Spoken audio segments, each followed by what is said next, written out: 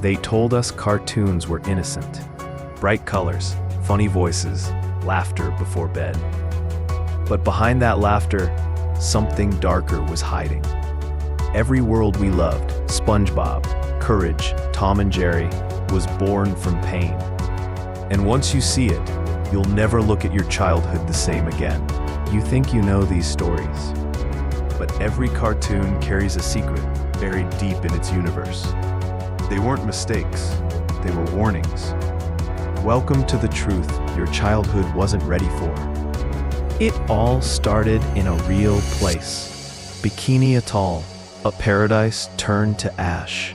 A nuclear testing ground that birthed something familiar. The home of a yellow sponge who should never have been alive.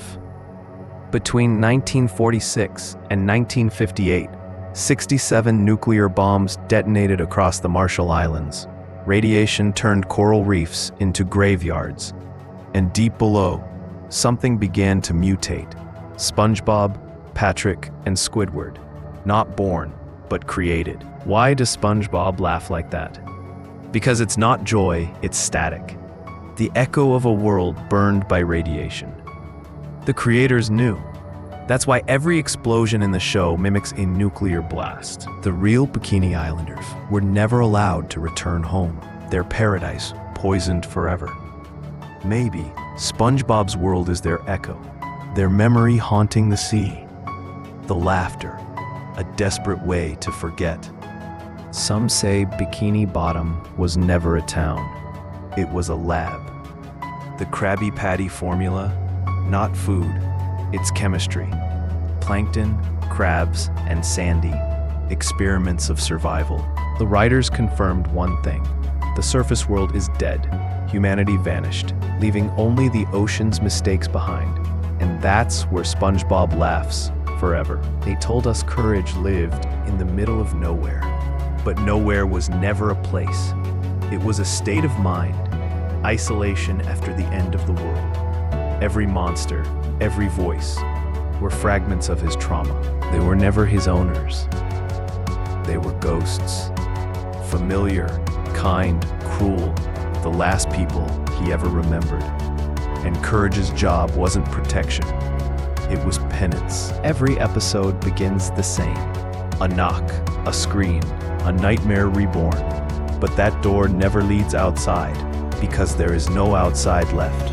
Courage keeps saving everyone, but no one ever survives, because saving them means reliving the same pain, over and over again. Maybe Courage isn't afraid of monsters.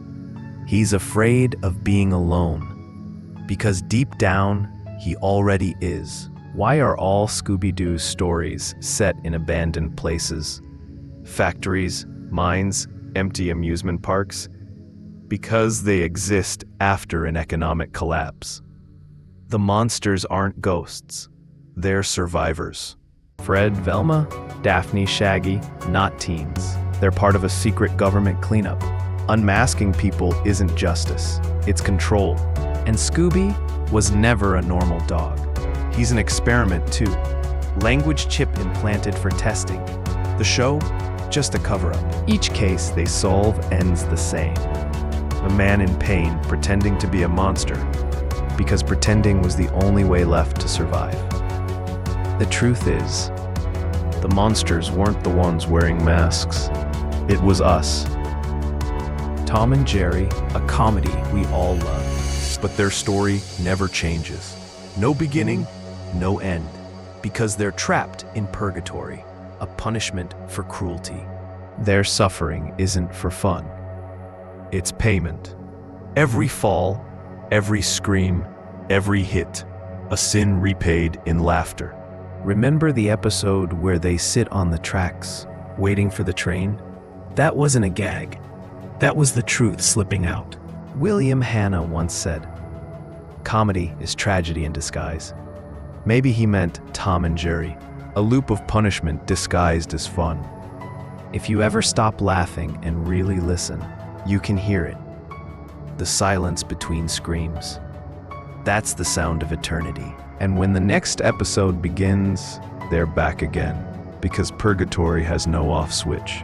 What if these worlds, SpongeBob, Courage, Scooby, and Tom, aren't separate? What if they're all the same world, in different stages of collapse? A bomb that created Bikini Bottom was the one that destroyed Courage's world. And the cities Scooby explored were the ruins of Tom's time. It was never about cartoons. It was about us, our greed, our experiments, our destruction. The monsters were just what we left behind. Maybe these stories weren't meant for kids. Maybe they were warnings, because the world doesn't end in explosions. It ends when we stop caring. Look closely at your favorite cartoon's ending frame. You might notice the laughter never really stops. It just fades into static. So next time you see SpongeBob smile Or Courage bark, remember this. The real horror wasn't the monsters. It was the world that made them. And maybe it's still ours.